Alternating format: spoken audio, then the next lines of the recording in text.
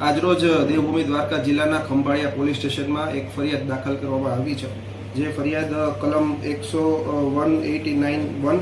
189(2), 191(2), 221, 57, 353(2), 248(2) અને 62 BNSની વિવિધ કલમો હેઠળ ખંભાળિયા પોલીસ સ્ટેશનમાં ગુનો દાખલ કરવામાં આવ્યો છે. આ ગુનો જે છે તે અન્ય 30 ઈસમો વિરુદ્ધ દાખલ કરવામાં આવ્યો છે, જેમાં ઈસુદાન ખેરાભાઈ ગઢવી, રામજીભાઈ જેઠાભાઈ પરમાર, ખેરાજભાઈ કેશવભાઈ રૂડાજ તથા અન્ય 28 જેટલા વ્યક્તિઓ વિરુદ્ધ દાખલ કરવામાં આવ્યો છે. આ જે ગુનો છે તેની વિગત એવી છે કે ગત 31/3/2026ના રોજ ખંભાળિયા પોલીસ સ્ટેશનમાં એક લૂંટનો ગુનો દાખલ કરવામાં આવ્યો હતો. જે લૂંટના ગુનામાં જે આરોપી છે દીપક, જે બિહારથી બિલોંગ કરતા હોય અને તેમના વિરુદ્ધ લૂંટની ફરિયાદ દાખલ થયેલ હોય,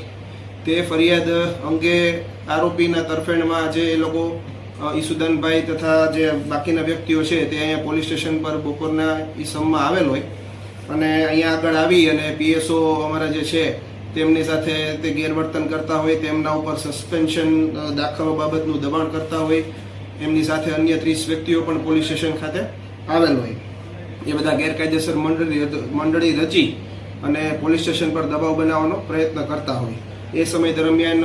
વોટ્સએપ અને ફેસબુક તેમના દ્વારા લાઈવ કરવામાં આવી અને ધક્કામુક્કી કરી અને અરાજકતા ફેલાવવાનો પ્રયત્ન પણ કરવામાં આવ્યો હતો. ત્યાં આગળ જે ફરજ પર હાજર પીએસઆઈ છે તેમના દ્વારા તેમને સમજ કરવામાં પણ આવી કે તમારી જે રજૂઆત છે તમે કાગળ ઉપર રજૂ કરો અને આ રીતે ગેરકાયદેસર રીતે અહીંયા મંડળી એકત્રિત ન થાવ, પણ તેમ છતાં તેમના દ્વારા પોલીસ સ્ટેશન ખાતે હુલ્લડ કરવામાં આવ્યું હતું. આ અંગે અમારા જે પીએસઆઈ છે યુકે જાદવ, તેમના દ્વારા સરકાર પક્ષે ફરજ રૂકાવટ તથા રાયોટિંગ તથા ગેરકાયદેસર મંડળી રચી અને આ બધા અડચણરૂપ બની આ અંગેનો કાયદેસરની ફરિયાદ આપવામાં આવી છે અને તે અંગેની હાલ તપાસ ચાલુ છે. તમામ જે આરોપીઓ છે તેમને હાલ અટકાયત કરવામાં આવી છે.